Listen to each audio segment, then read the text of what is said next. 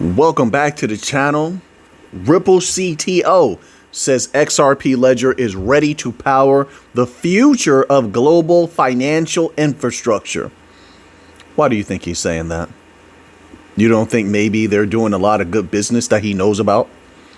All the money. Remember they used to say that? All the money.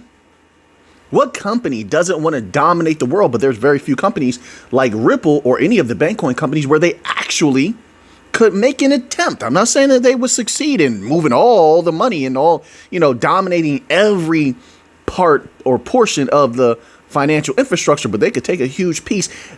They are one of the few companies that actually can make an attempt. To think that they wouldn't actually try, I would have to respectfully disagree with you. But let's read this little tidbit here. It says Ripple CTO David Schwartz embraces the growing trend of payments and stablecoin companies introducing their own blockchains. In a lengthy post on X today, Schwartz acknowledged the influx of new stablecoin and payment companies launching their blockchain. He pointed out that the recent trend serves as proof that the broader market considers blockchain an integral part of financial infrastructure. While many are just realizing blockchain's relevance in finance, Schwartz said Ripple has believed in this prospect for more than 13 years and has been building toward it on the XRP ledger all along. Every single second, he's saying they've been working towards global domination. They've been working towards that goal of moving as much value as possible, as they've said over and over again in a variety of different ways.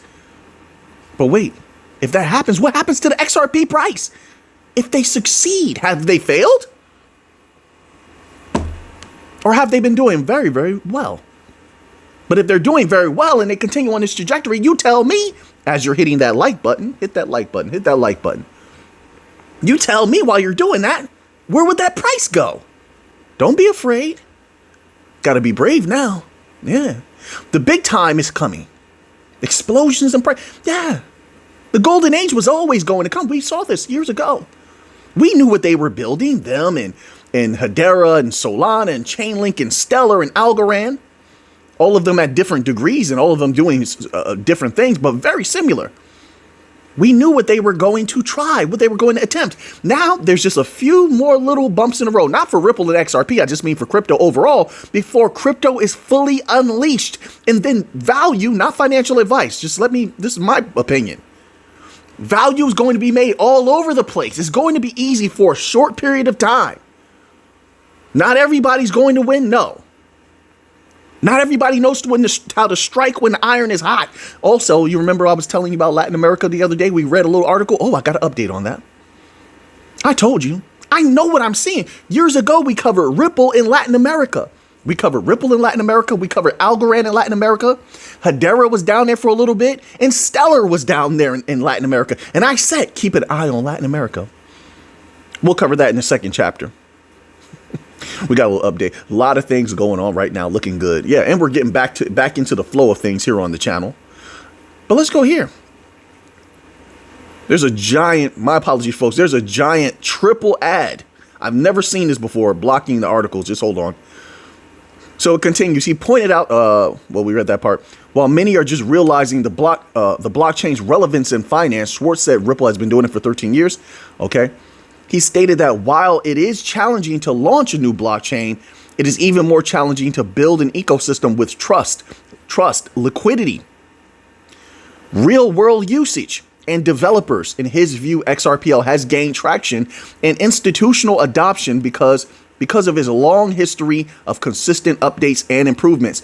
Now that everything is, and I'm going to be 100% honest with you, now that everything is 100% in the clear, Ripple's in the clear. XRP's been in the clear, but now Ripple's in the clear. Folks, over this next year, I'm expecting business to really, really explode. I'm talking about all types of large, medium, and small businesses to begin flooding into the bank coins. Yes, XRPL should win hugely. This should be easy. I showed you. Look, folks, if you don't have to take my word for it, I encourage you to do your own research. Question everything. Look into what the small and medium-sized businesses have been saying, what they're requesting. That's an easy win. Oh, you might say to yourself, well, the large businesses, Mick, they may have a little bit more leverage. No, they don't. Do you understand how much money they're losing per day using these old antiquated systems? Of which they cannot escape because of their anachronistic thinking? No, they need the bank coins. They've been crying out as well. Take a look at what the big businesses are requesting. And then look at what they would require to accomplish their goals globally. They need global reach. We should wake up every morning and say global reach 10 times because that's how important it is. You see what's going on in the world with all this geopolitical tension? Those systems are not going to work together. They're not going to work together. And that plays right into our hands. That means those big businesses and banks are going to hand their money over to the bank coins. That's what I want. I want that bank money, and we're just inching closer and closer and closer at an not alarming, I won't say alarming rate. It's a very good thing, at an exponential pace. Let's keep going. There's more here. It says notable difference between XRPL and most blockchains. Schwartz pointed out that some blockchains rely on permission validators, which place control in the hands of a small group or a single entity. While this setup can facilitate compliance and centralized control, it also limits the network's resilience and global reach. Yeah, we don't want to limit that. See how Thank you, Mr. Schwartz. Thank you for bringing that up. See that global reach? This is such an important aspect. They have to keep global reach for XRPL and XRP to achieve global domination. Hence, you can't have what he just said before. While this setup can facilitate compliance and centralized control, we don't need any of that. We need only what brings us to global domination, global reach, interoperability, liquidity providing around the globe, moving RWA assets once it pops off. That hasn't popped off yet. We want all that. They're in position and only going to be increasing the perfection of that position. We want real world assets. And when I think about that, I'm thinking about commodities. Majorly. There's so many untapped commodities. And they will flow and they will remain. That's what people have to understand about commodities. People buying gold and things like that, of that nature, silver. And they're going to hold it. If that's on your blockchain, what does it do to have a value sitting there, propping up your price that people are going to hold for 10, 20, 30 years?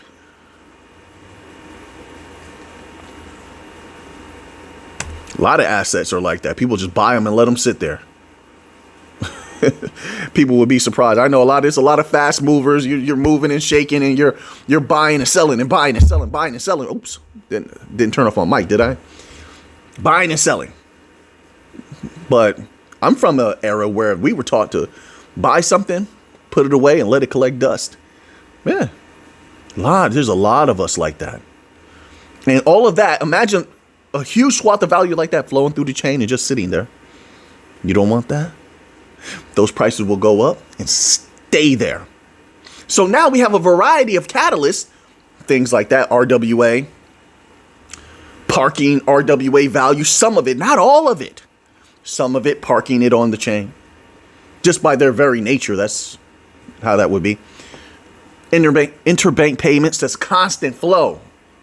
Constant flow. Yeah. You like that flow. Yeah. That would be semi-permanent unless there's a new system, a new better system in our lifetime, which I doubt is going to take over everything. I only see DLT being enhanced by other things that come into play, like quantum computing later. So that would be semi-permanent to permanent. That's more value just flowing consistently. Doesn't have to be sitting. It just has to exist. That state just has to be consistent enough. You have that.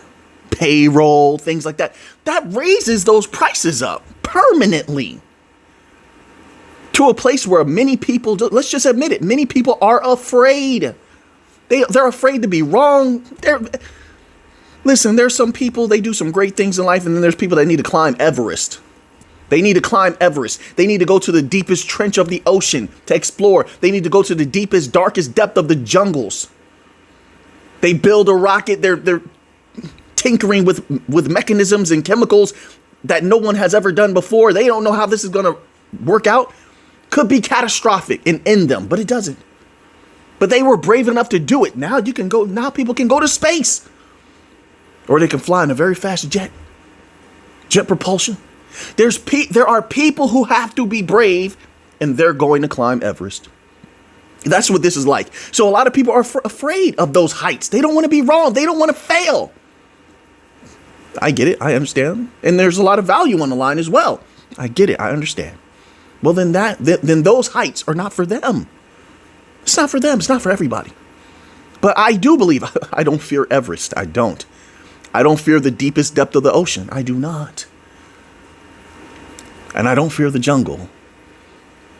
I prepare as well as I can, and I'm going to scale Everest. I'm going to the jungle, all right? And whatever happens, after I make all of my preparations, whatever happens, happens. I accept it. That's a small group of us. And that's how I view those last two explosions that takes XRP's price. Where, how high? I don't know. No one can know. No one can know. But I do believe, I can tell you this. I believe it goes very high, much higher than most people anticipate. I do. I believe that. That's my belief. It doesn't have to be yours. It doesn't have to be yours. I only represent me. All right. All right. So now let's get to this next article. And there actually was more, but that was such good information. I start to give my thoughts, and it takes up some time on the video. All right. So now I was talking about Latin America. This article is titled Ripple Director. Latin America is leading the world's crypto discussion. They've always had their eye on Latin America. I don't know why some people, they downplay it. They downplay it. They don't. I don't know what that's about. Latin America has a ton of resources. Let me just start reading here. I just want to get to this, okay? I want you to hear this. Isabel Longhi, Director of Public Policy and Regulatory Affairs for Latin America at Ripple, remarked on the region's relevance to the crypto industry. She explained that Ripple wants to be a part of the regulatory changes and also noted how CBDC projects have slowed down in Latin America. Scrolling down, bear with me one moment. Crypto companies are ready to acknowledge the crypto innovation and adoption born out of Latin America. Isabel Longhi, Director of Public Policy and Regulatory Latin America at Ripple, stressed the region's significance for the broader cryptocurrency ecosystem.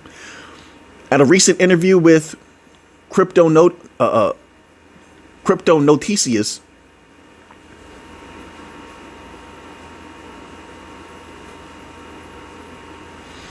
in a recent interview at the sidelines of Blockchain Rio, an event expected to gather 20,000 people to discuss current crypto trends, Longhi referred to Ripple's intention to be involved in the regulatory changes happening across Latin America. Quote, we want to do the regulatory part of stablecoins, tokenization. Was in Latin America where they first start tokenizing farmland and animals. That sounds wild, doesn't it? But it's about value. Think about that for a moment. All that value. So anyway, tokenization and also virtual asset service provider VASPs. She stressed, highlighting that the company will offer its assistance wherever needed due to its involvement in payment systems. Longhi commented on the state of central bank digital currencies in the region, with Ripple offering a CBDC platform and working with Brazilian and Colombian authorities. There's so many ways to win right now. They can win with a CBDC. It's going to make XRP's price explode. One. Stable coins now, they have RLUSD, the back door. That's going to make XRP's price pop, in my humble opinion.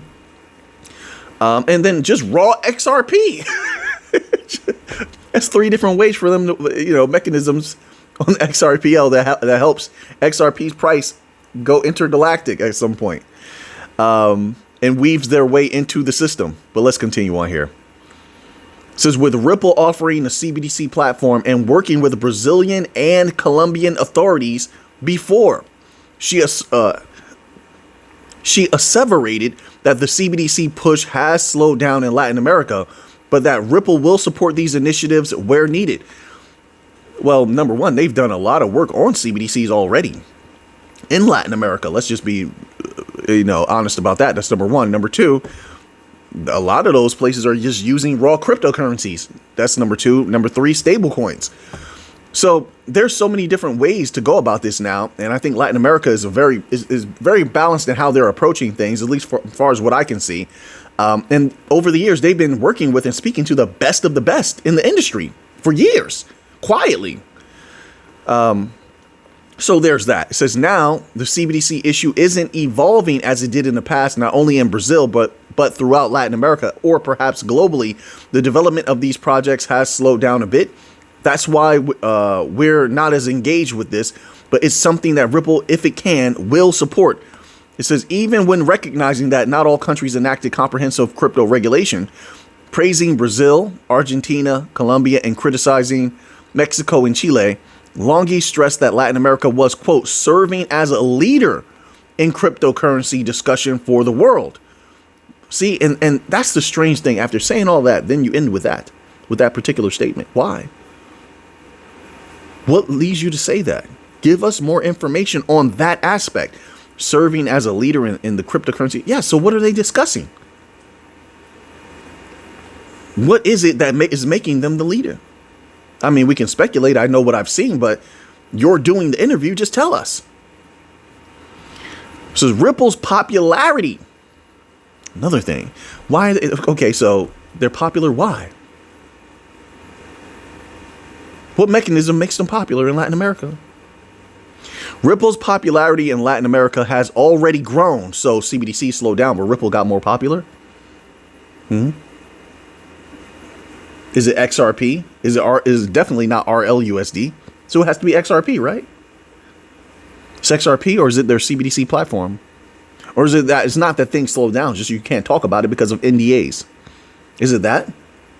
Either way, Ripple's popularity in Latin America has already grown, with 12% of all the crypto portfolios holding XRP. So once again, XRP is the spearhead. XRP is in the spotlight, right? So globally, so they love XRP definitely in the United States. They love XRP in Latin America. They love XRP in South Korea. They love XRP in the MENA region. So globally, XRP is positioned to dominate. It's loved majorly in all these places. Am I wrong? Am I right? You tell me. This is what we're being presented. We shall see where it goes. All right. So you have that. Now let's move on to a little bit of Bitcoin news. I'm going to give you the most potent article out of these two. Oh, ooh, look at this. See, I have a good one. I have two really potent ones, but this one is the best one out of the two. And I almost forgot that I had it. This article is titled U.S. Treasury percent backpedals. Bitcoin buying still possible. I told people, I knew it. Pardon me. I'm a little excited. I know these people. I know how they operate. There's no way any of these governments sit on the sidelines and say, well, whatever Bitcoin we have, that's just what we have. No, they're going to buy more. They're obsessed with power and value and control. But let's read this little tidbit here. Let's read this little tidbit here. U.S. Treasury Secretary Scott Bessent clarified that the department was exploring budget-neutral ways to buy Bitcoin.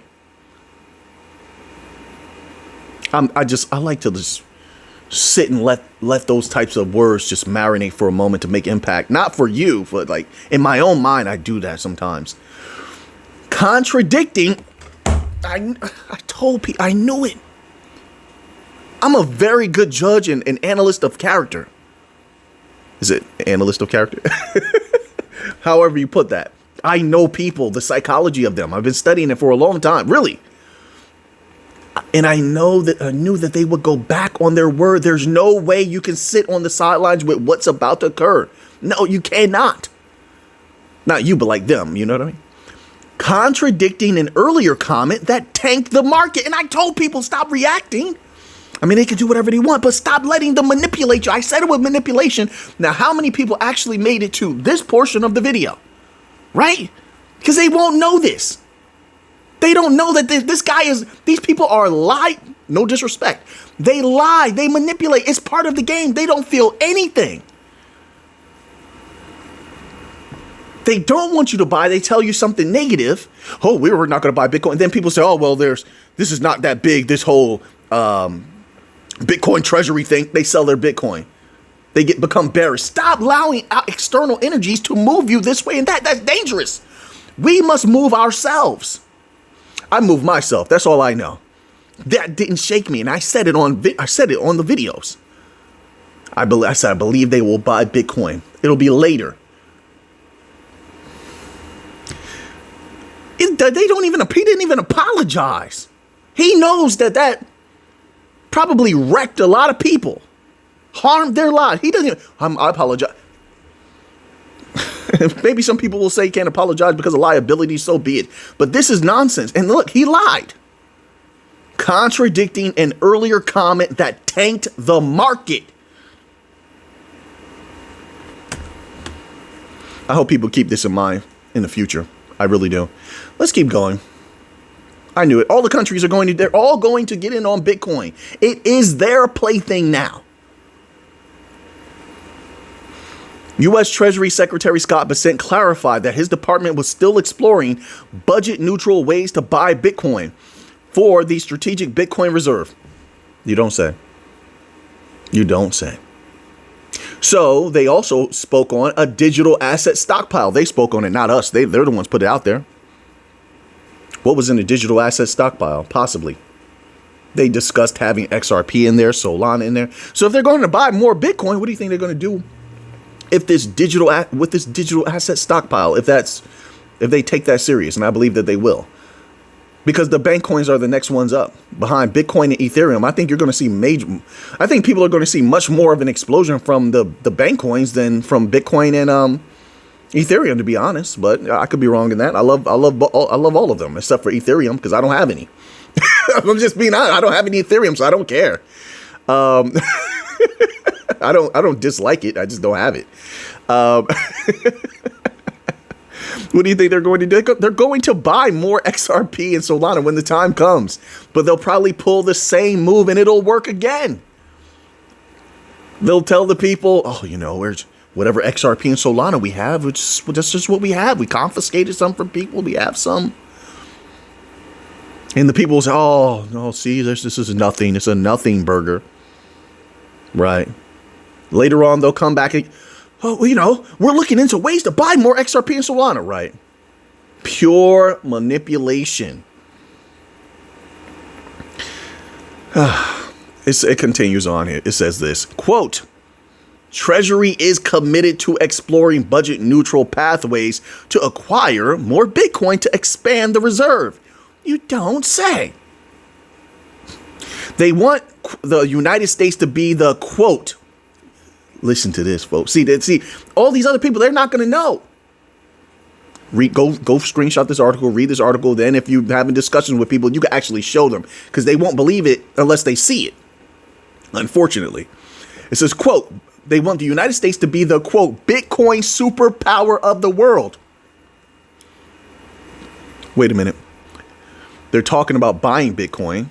And then they follow it. They start the sentence off that way. They end it off with Bitcoin superpower of the world. So we are led to believe that they believe that collecting Bitcoin will make them the Bitcoin superpower of the world. They didn't mention mining or anything here or businesses built around Bitcoin. They didn't mention any of that. All right. So if we walk down that path, and I'm not saying that this path is 100% the way it's going to be. I'm just playing this. I'm just walking this path. I'm playing this game here because this is what they presented to us. If that is the case, how much Bitcoin do they have to buy in order to become the Bitcoin superpower of the world? I mean, even if we say not the, we're going to look at the U.S. Treasury and combine it with all the other different U.S. companies that are holding Bitcoin, which I don't think that that's wise. This is simply an article about the U.S. Treasury speaking to the U.S. Treasury Secretary. But how much Bitcoin do you have to have in order for that to happen? Then once you start coming up with that number, how high does that Bitcoin price go? I'd say it have to go pretty high. All right, so now that you have that information, what are you going to do with it? I know what I'm going to do with it. So until next time, everybody, let's get to the money.